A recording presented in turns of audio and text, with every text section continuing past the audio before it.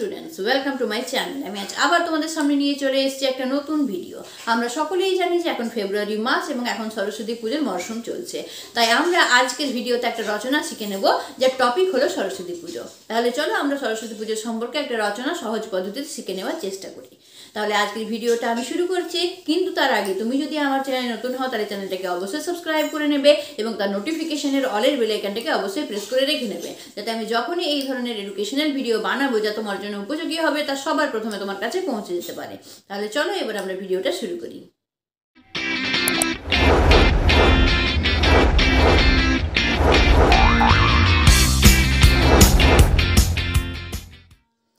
সরস্বতী পুজো রচনা। ভূমিকা। আম বাঙালির সাধারণ জীবন হলো উৎসবে ভরপুর। সে কারণেই বলা হয় বাঙালির 12 মাসে 13 পার্বণ। এ সকল পার্বণের মধ্যে যেমন রয়েছে নানা প্রকার লোকাচার মেলা, তেমনি রয়েছে বিভিন্ন রকমের পূজা। প্রকৃতপক্ষে হিন্দুরা জীবনের প্রত্যেকটি সম্পদকে শ্রদ্ধাপূর্বক আরাধনা করে থাকে। তার মধ্যে যেমন রয়েছে অগ্নি কিংবা জলের মতন প্রাকৃতিক সম্পদ, তেমন রয়েছে ধন সম্পত্তির মতন বৈষয়িক সম্পদ। আবার তার পাশাপাশি রয়েছে জীবনের পরম অলংকার জ্ঞান বা বিদ্যার মতন মানসিক সম্পদ। হিন্দুরা একদিকে যেমন ধনসম্পত্তির দেবী রূপে লক্ষ্মীকে আরাধনা করে থাকে, তেমনি বিদ্যা বা জ্ঞানের দেবী রূপে দেবী সরস্বতীর আরাধনা করে থাকে। হিন্দুদের মধ্যে বাঙালিদের দেবী সরস্বতীর আরাধনা এই সংস্কৃতি অত্যন্ত সক্রিয় এবং প্রাণবন্ত।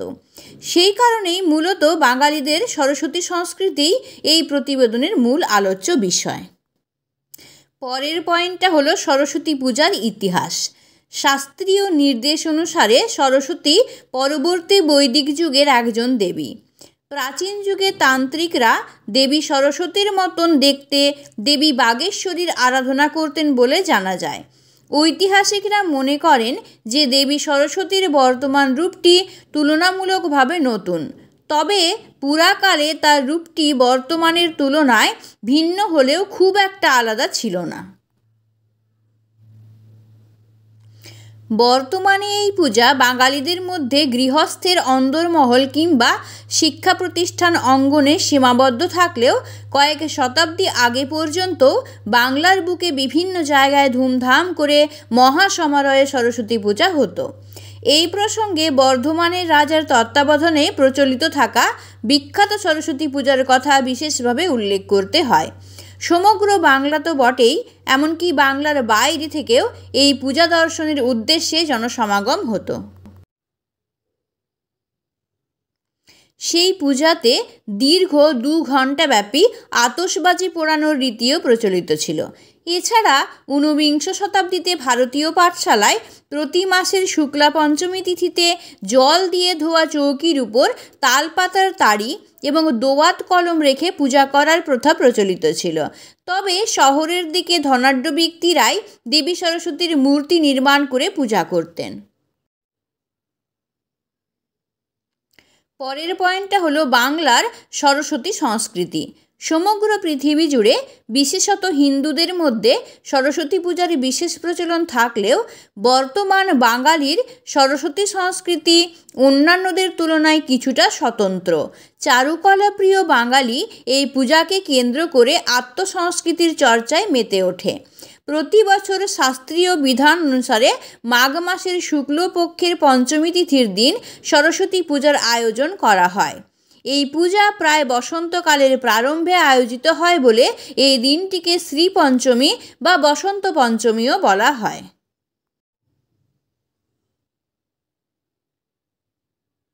ছাত্রছাত্রীদের মধ্যে এক বিশেষ উদ্দীপনা পরিলক্ষিত হয়। তারা নতুন জামাকাপড় পরে বিদ্যালয় কিংবা বিশ্ববিদ্যালয়ের পুজোতে অংশগ্রহণ করে। পূজার শেষে পুষ্পাঞ্জলি দেওয়ার প্রথাটি সরস্বতী পূজার সবচেয়ে আকর্ষণীয় অঙ্গ। তাছাড়া এই পূজাকে কেন্দ্র করে বাঙালি ছাত্রছাত্রীদের মধ্যে সরস্বতী পূজার আগে কুল না খাওয়ার মতন লোকাচার প্রচলিত আছে। এছাড়া এখনও বিভিন্ন বাঙালি বাড়িতে সরস্বতী পূজার দিনে শিশুদের হাতে খড়ি, ব্রাহ্মণ ভোজন ও পিতৃতর্পণের মতন প্রথাও পালিত হতে দেখা যায়। পরের পয়েন্টটা হলো শিক্ষা প্রতিষ্ঠানে সরস্বতী পূজা। সরস্বতী পূজা সম্ভবত একমাত্র ধর্মীয় উৎসব যা প্রায় প্রতিটি শিক্ষা প্রতিষ্ঠানে অতি ধুমধাম সহকারে আয়োজন করা হয়।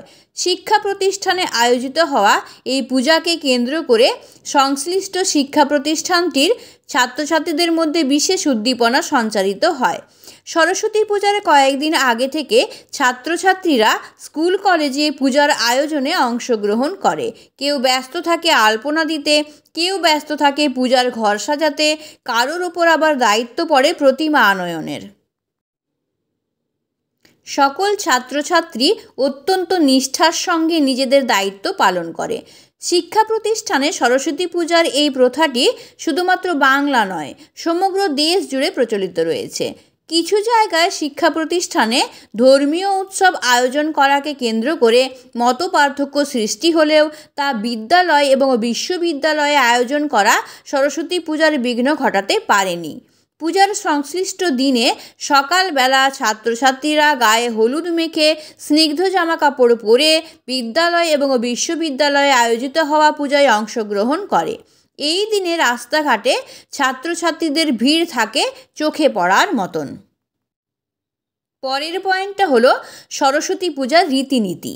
এই বিশাল দেশে স্থান ভেদে সরস্বতী পূজার রীতিনীতি ক্ষেত্রে সামান্য কিছু পার্থক্য থাকলেও মোটামুটি সব জায়গায় রীতিনীতি প্রায় একরকম। শাস্ত্রীয় বিধান অনুসারে বসন্ত পঞ্চমীর দিন সকালবেলা এই পূজা সম্পন্ন করা হয়। অন্যান্য পূজার মতোই নিয়ম অনুসারে এই পূজা সম্পন্ন হয়ে থাকে। তবে এই পূজায় বিশেষ প্রয়োজনীয় উপাচার হিসেবে অভ্র আবির, আমের মুকুল, দোয়াত কলম এবং জবের শীষ প্রয়োজন হয়।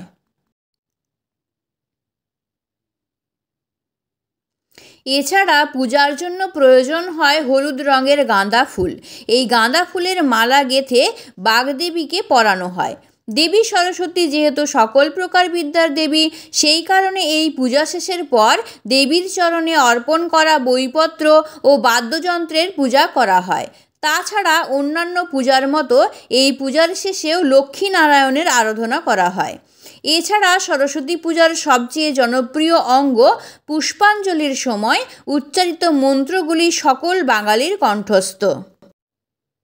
জয় জয় দেবী চরাচর সারে, কুচযুগ শোভিত মুক্তা হারে, বীণা রঞ্জিত পুস্তক হস্তে, ভগবতী ভারতী দেবী নমস্তুতে। পরের পয়েন্টটা হলো সরস্বতী পূজার সময় প্রকৃতি। সরস্বতী পূজা সংক্রান্ত আলোচনার ক্ষেত্রে এই পূজার সময়কার প্রকৃতির কথা উল্লেখ না করলেই নয়। বছরের এই সময়টিতে প্রকৃতির রূপ থাকে অত্যন্ত মনোরম। বসন্ত পঞ্চমী শীতকালের বিদায় ধ্বনি ঘোষণা করে ঋতুরাজ বসন্তকে বরণ করে নেওয়ার জন্য প্রস্তুত হয়।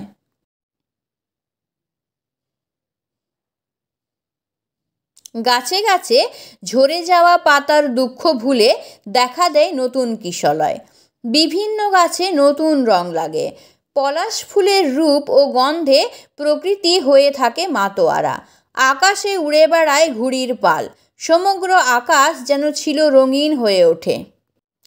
পরের পয়েন্টটা হলো স্থান ভেদে সরস্বতী পূজার রূপ। ভারতবর্ষের বিভিন্ন স্থানে সরস্বতী পূজার রূপ বিভিন্ন রকম।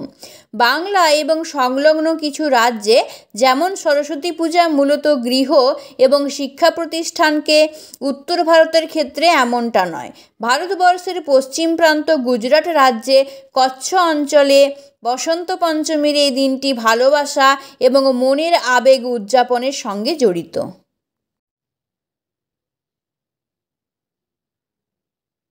সেখানকার মানুষ এই দিন একে অপরকে আম্রপল্লব সহযোগে ফুলের মালা উপহার হিসেবে দিয়ে থাকে। আবার অন্যদিকে মহারাষ্ট্র, মধ্যপ্রদেশ, ছত্তিশগড় এবং উত্তরপ্রদেশের মতন রাজ্যে বসন্ত পঞ্চমীর দিন সকালে শিব এবং পার্বতীর উপাসনা করা হয়। আবার দক্ষিণ ভারতে নবরাত্রির শেষ 3 দিন দেবী সরস্বতীর আরাধনা করা হয়। পরের পয়েন্টটা হলো সরস্বতী পূজার আন্তর্জাতিক রূপ। আঞ্চলিক এবং জাতীয় রূপ ছাড়াও সরস্বতী পূজার কিছু আন্তর্জাতিক চরিত্রও রয়েছে। প্রধানত সারা বিশ্ব জুড়ে হিন্দু সমাজের মধ্যেই এই পূজার প্রচলন বিদ্যমান। ভারতের বাইরে বাংলাদেশ এবং পাকিস্তানে সরস্বতী পূজার ব্যাপক প্রচলন রয়েছে। বাংলাদেশের ঢাকা বিশ্ববিদ্যালয়ের সরস্বতী পূজা দেশে ও বিদেশে বিশেষভাবে বিখ্যাত। এছাড়া হিন্দু সম্প্রদায়ের বাইরে শিখ এবং সুফি মুসলিম সম্প্রদায়ও বসন্ত পঞ্চমী পালন করে থাকে। তাছাড়া বুদ্ধ এবং জৈন ধর্মের মধ্যেও সরস্বতী দেবীর পূজার প্রচলন রয়েছে। এশিয়া মহাদেশে ভারতবর্ষ ছাড়াও জাপান, কম্বোডিয়া, ইন্দোনেশিয়া, মায়ানমার, তিব্বত ইত্যাদি বিভিন্ন জায়গায় দেবী সরস্বতীর আরাধনা করা হয়। যেমন সূর্যোদয়ের দেশ জাপানে বুদ্ধ ধর্মের হাত ধরে প্রচলিত হওয়া দেবী সরস্বতীর জাপানি রূপের নাম হল দেবী বেনজাইতেন। অন্যদিকে ভারতের প্রতিবেশী রাষ্ট্র মায়ানমারে দেবী সরস্বতীর রূপের নাম হল কুতকায়োগী। সকল স্থানেই তার রূপ মোটামুটি একই রকম এবং তিনি বিদ্যার দেবী। পরের পয়েন্টটা হলো সরস্বতী পূজার সামাজিক গুরুত্ব। সরস্বতী পূজার এক বিশেষ সামাজিক তাৎপর্য রয়েছে। বিশেষত শিক্ষার্থীদের মধ্যে এই গুরুত্ব সবচেয়ে বেশি বর্তমান। শিক্ষার্থীরা এই পূজায় অংশগ্রহণের দ্বারা একটি সামাজিক কর্মে একত্রে অংশগ্রহণ করে এবং শুধু সামাজিক বন্ধনে আবদ্ধ হয়। জ্ঞান এবং বিদ্যার্জনের প্রতি শিক্ষার্থীদের আগ্রহ বৃদ্ধি পায়। শিক্ষার্থীরা ছাড়াও সমগ্র সমাজে এই পূজাকে কেন্দ্র করে জ্ঞানের পবিত্র শ্বেত শুভ্র আভাস ছড়িয়ে পড়ে। এর পরের পয়েন্টটা হলো সরস্বতী পূজার অর্থনৈতিক গুরুত্ব। অন্যান্য পূজার মতন সরস্বতী পূজারও কিছু অর্থনৈতিক গুরুত্ব রয়েছে। এই পূজাকে কেন্দ্র করে অসময়ে হলেও বিভিন্ন মৃৎশিল্পীরা জীবিকা অর্জন করে থাকেন। তাছাড়া এই বোঝার উপর ভিত্তি করেই এখনও দোয়াত তৈরির কারিগররা কিছুটা সচ্ছলতার মুখ দেখেন।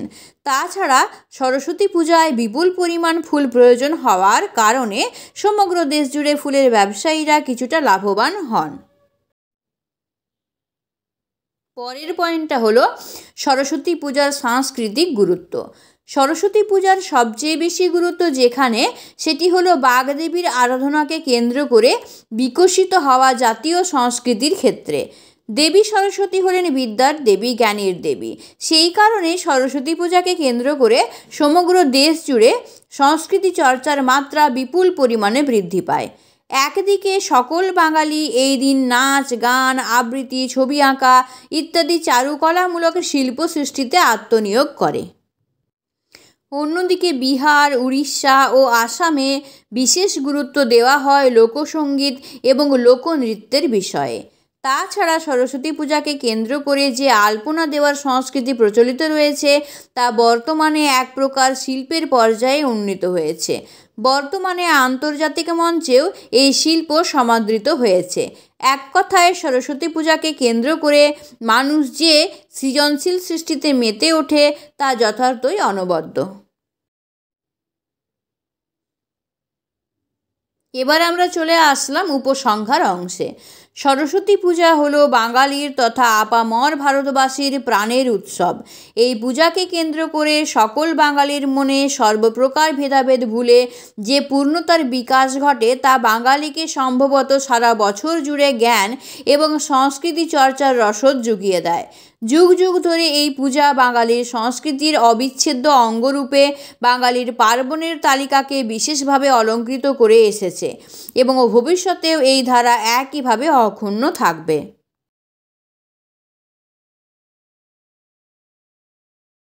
তাহলে দেখলে কি সুন্দর পদ্ধতিতে সুন্দর সুন্দর পয়েন্ট দিয়ে আমরা আজকের রচনাটা শিখে নিতে পারলাম। তোমরা কিন্তু ঠিক এইভাবে লেখার চেষ্টা করবে, তাহলে দেখবে তোমরা এক্সামে অনায়াসে খুব ভালো নাম্বার পেয়ে যেতে পারবে। তাহলে আজকের ভিডিওটা আমি এখানেই শেষ করছি।